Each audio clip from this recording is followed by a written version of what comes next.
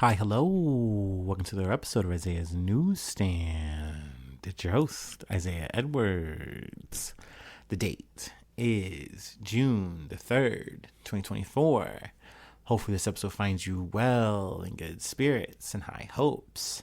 As for me, I'm doing pretty good. We got that lasagna today. I'm happy to state. That being said, today wasn't too action-packed, nothing crazy. It was just a nice, steady little Monday. But we love to see it. I'm hoping that the rest of the week kind of follows suit and I can just kind of get in and get out and it won't feel like a long week. But yeah, time's going to tell on that one. Let's see here. Food corner. What did we eat last night? I made two meatball hoagies on Bolillo rolls. They were very yummy. I had steak fries and tots for the side. And it was really good. I was pretty impressed with it.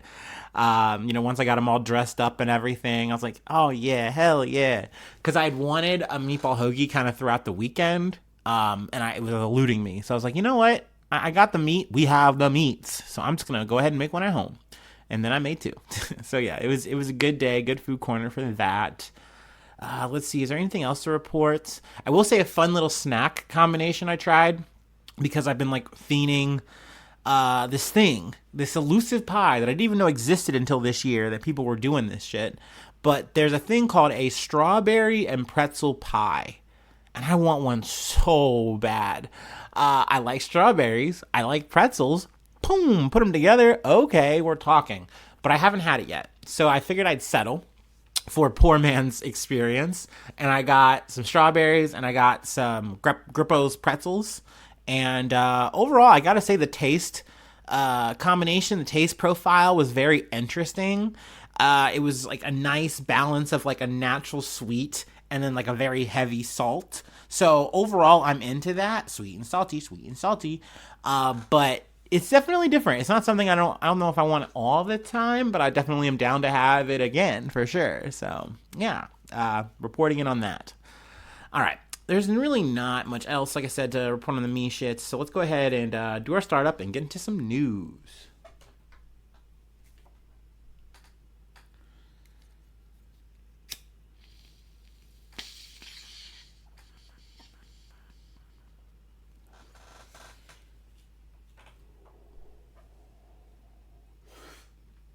Ooh, yeah.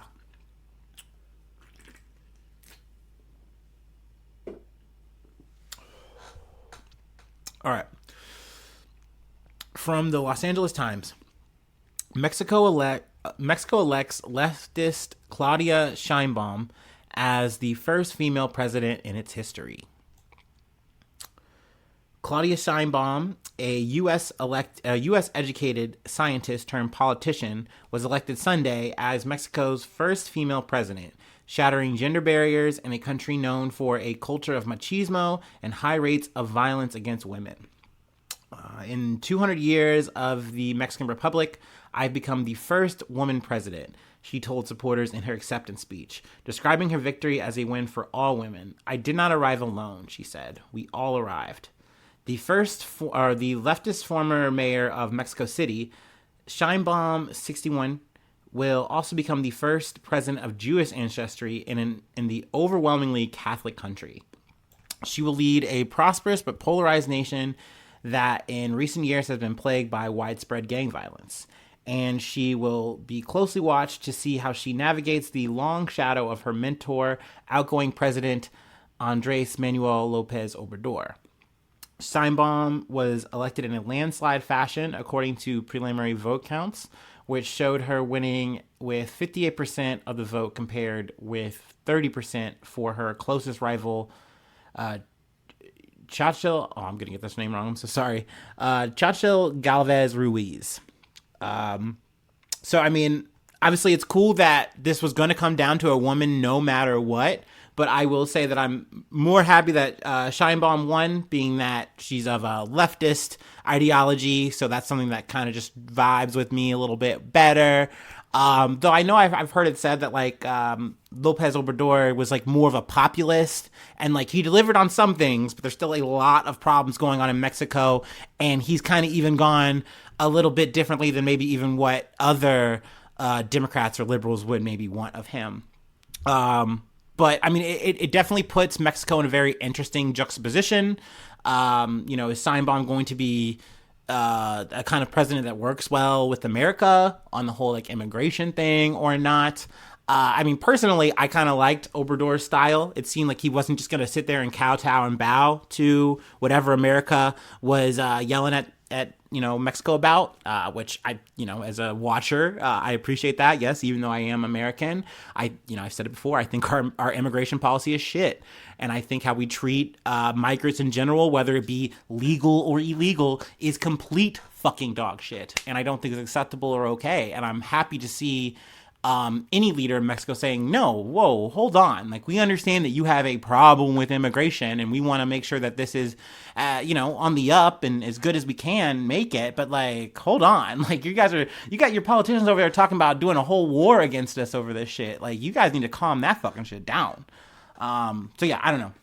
We will definitely see how things go, whether or not this is going to lead to, positive change or, not. But overall, I'm excited to see this, hype for it. I like seeing ladies in power. I think it's so funny that because I'll every once in a while this conversation comes up.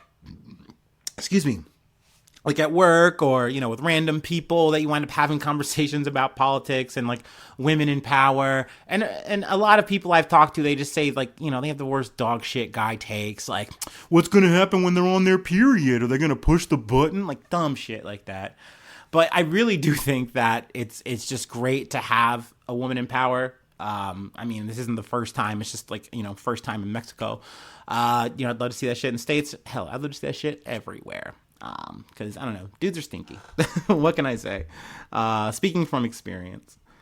Is there anything else I really wanted to add? No, I think we're good. I'm sure I'm missing a lot, but, that's why we cite the source. Hopefully they don't paywall you on Los Angeles Times. I know they're prone to do that.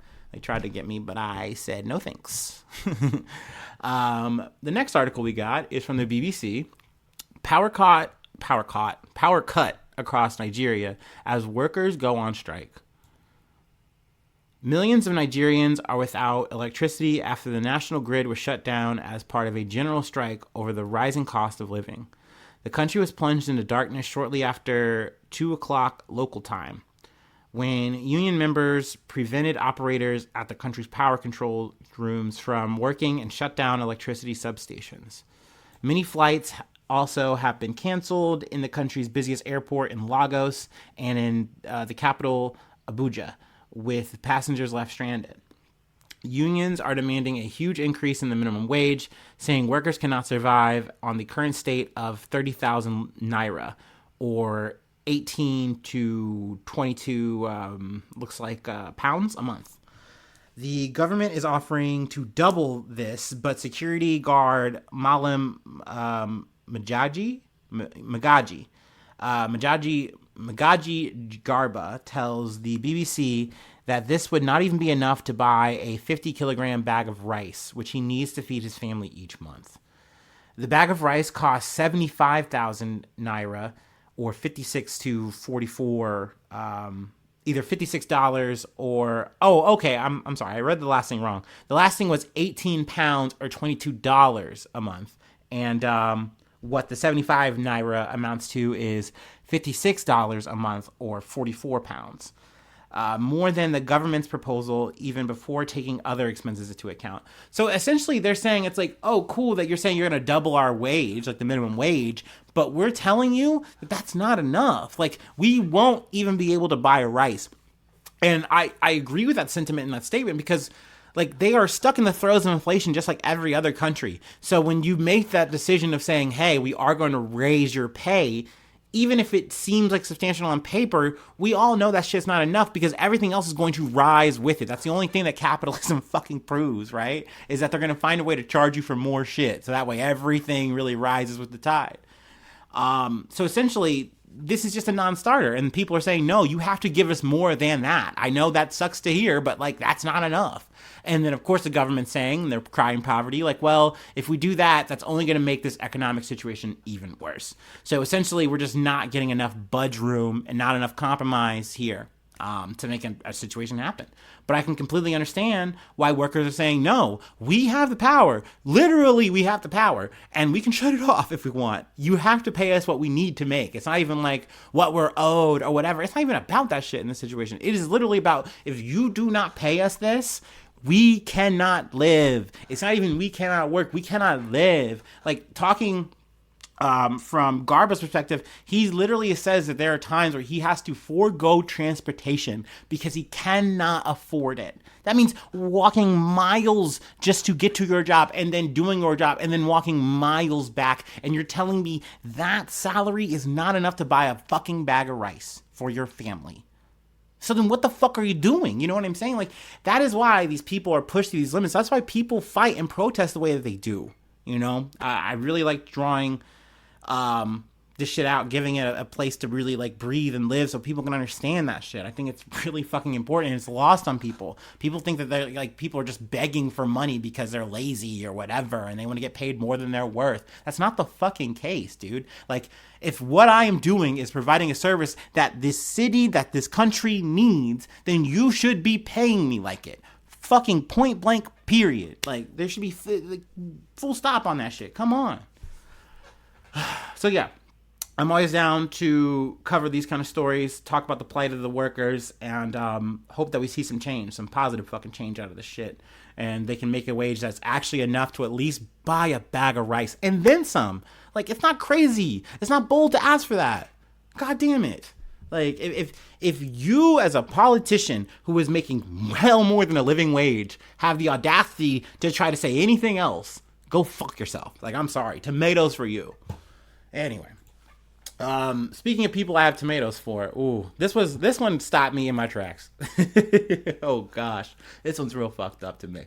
From USA Today, Massachusetts teacher on leave after holding mock slave auction, superintendent says. Holy fucking shit, is this a doozy of a story.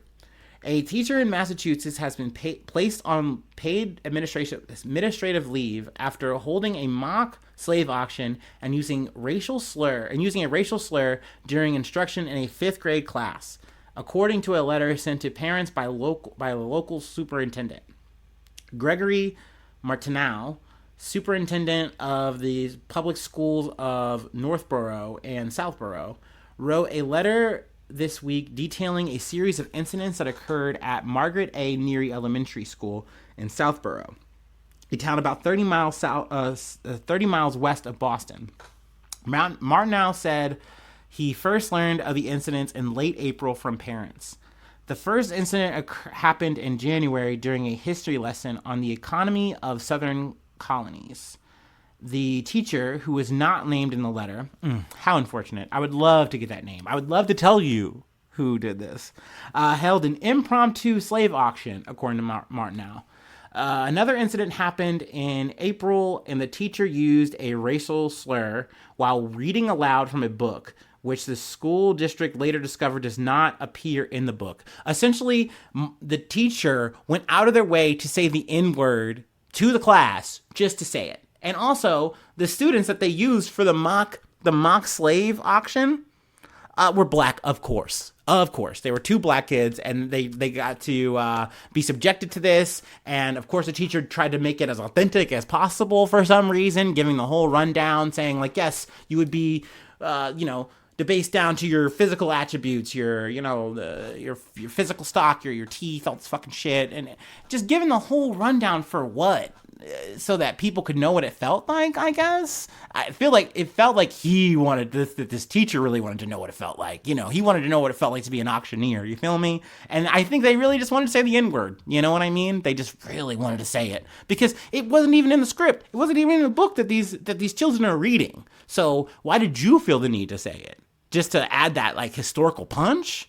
Like, I'm sorry, brother. It's crazy to me that this teacher is just, I guess maybe this is a woman, I don't know, fuck, but it's crazy that we're just talking administrative leave here. Also, the principal was suspended for 10 days. I mean, cool, whatever. But like, no, this teacher should be fucking fired. Like, I don't understand that. To me, it's just very fucking disgusting. Let's see here. You know, I've more or less summarized it. I really don't want to get into the fucking gory deeds. By all means, if you want to read this yourself, USA Today has it for you. But yeah, man. Also, there's another sad story too to add here. I guess we got to involve Snapchat. Hampton. Let's see. Prosecutors announced in March that 6 middle school students in Southwick, a town about 80 miles southwest of Southborough, were charged in hateful racist online Snapchat bullying incidents. Hampton District Attorney Anthony Golani said state authorities will be pursuing criminal charges against 6 minors for their alleged roles in facilitating and participating in a hateful, racist online chat that included heinous language, threats, and a mock slave auction. What is the trend? What are the Zoomers and what the alphas like? What are they doing? Why are we doing slave auctions for fun? Why are we LARPing that? Like, is it The Sims? Like, what's going on here? What's making y'all do this shit? I need answers. That's very odd. Like, never in my youth that I was like, oh man. I wonder what it felt like to run through a slave auction. Like, no, once I saw that shit, I was like, ooh, this is terrible. This is making me feel sick. Like, that could have been my parent. That could have been me. Like, what the fuck? Like, oof. What's going on with the whites today? I don't know. Let's see here. The 6 students were charged with threatening to commit a crime, according to Giuliani. Of the 6, 2 were charged with interference with civil rights, and one of the 2 was charged with witness interference. Damn, that's deep. I think they tried to stop that shit. Oh, that's another thing. Speaking of witness interference, back to the teacher. I'm sorry, I almost missed this point.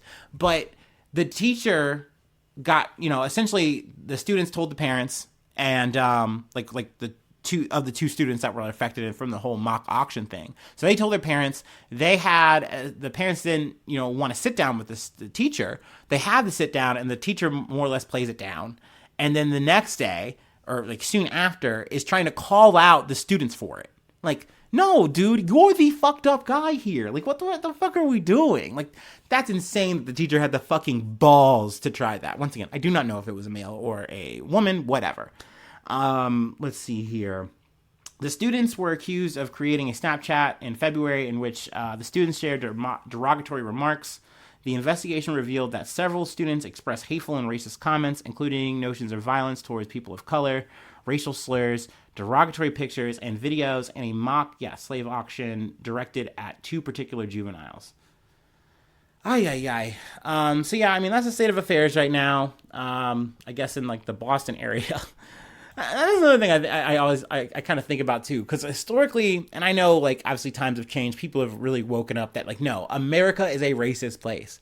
But I think back in the day, and I think that that's sometimes a notion that can still carry, is that the South is just a racist place, or that like Republicans are just the racist people. Like, no, dude, you can go up north and find some fucking like Connecticut liberal who would love to say the N-word. You know what I mean? But like is totally an ally, trust me. I have black friends. Like, you're gonna find these people in both sides of the fucking like party. It doesn't matter. Or conversation, whatever. You know what I'm saying. And it's fucking sad. It's fucking unfortunate that you cannot escape it. But such is life. All you can kind of do is call this shit out when you fucking see it. So you see me here, Exhibit A. Anyway. We have one more thing I wanted to cover. I'm going to make this as short and sweet as I can. I don't really feel like dwelling on it because, we kind of saw this coming. We've covered it, coming up, so no surprises. But yeah, you know how we cover Trump. We're going to kind of go to the other side of the aisle and see what the Biden crime family is up to because that's coming up. So yeah, let me go ahead and take my last break and we'll go ahead and close this out.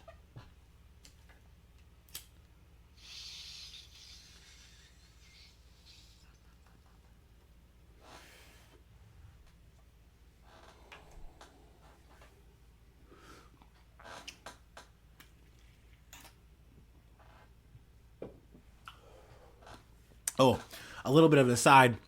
When I was having my little spirited conversation with my Trumper coworker, I even like got ahead of him and said like, dude, do you know what's funny? Like a guy like me is excited for the Hunter Biden case. Like, and I'm not the only one. People want this shit. I know that you think that it's just this divide and it's just like, oh, liberals hate Trump. Like, no, believe it or not, people just don't like bad politicians. They don't like people who do fucking shit and flaunt the law, period. They don't like it. So like, yeah, I think this whole fucking Hunter Biden shit is like a fucking scam too, dude. And I would love to see justice run its course on him as well. And I kind of got crickets from that. And then one of my other coworkers laughed because like he knew that I took the wind out of the guy. But of course, you know, he had to talk about Hillary and old Bill and all this fucking shit, which I'm like, dude, like once again, lock them up too. I do not care, brother. I want to see all these bad fuckers go away and never come back. But sadly, even if that happened, they would just get replaced by more fuckface politicians. Any fucking who. I'm sorry, I'm on a tangent. We haven't even fucking started. From the Associated Press. Jury is chosen in Hunter Biden's federal firearms case and opening statements are set for Tuesday. So here we go. We're officially kicking it off. A jury was seated Monday in the federal gun case against President Joe Biden's son, Hunter, after prospective jurors were questioned about their thoughts on gun rights and drug addiction while the First Lady watched from the front row of the courtroom. Excuse me. Let's see here. Also, I know that he's going to have another trial for the tax shit. That's going to happen at another time. We've covered this before. He essentially was trying to get like a really good sweetheart deal, and essentially prosecution had agreed to it until they sat in front of a judge who, just, you know, for note, was put on by Trump, you know, put on the bench by Trump. But that being said, she sat down and just said, look, like this little deal that you have, it doesn't make sense. Can you explain it to me? And she proceeded to just poke a bunch of holes in it and essentially say, I don't even think that this is constitutional, what you were trying to do. And to be honest with you, she's kind of cooking. Essentially saying, like, you were trying to get a plea deal for two things in one trial. And, like, you want this gun thing to be absolved, and you say, oh, okay, sorry, you know, I won't do anything, and you can put me on a little probation, whatever. And then you also want this tax shit to just be bundled up too, and you'll handle that. It's all square, yada, yada, yada. And it's like, no. You kind of have to separate these two. And essentially the whole deal fell apart. And I think Hunter Biden took the big L and tried to be like, okay, no, we're going to just go to court then. Fine, fuck it. I honestly think he should have had his team plead as hard as they possibly could. If you really didn't want to see this shit in court in an election year, I think you just should have at least tried to get this gun shit out of the way and then just focus on the tax thing. I don't know. Maybe that was out of his hands and he couldn't have done anything about it. Who fucking cares? I really don't know. Honestly, I like that he's going to be going on trial. I think his defense is going to be that, like, hey, yeah, I filled out this paperwork that says I shouldn't have been on drugs, even though I was definitely doing crack cocaine.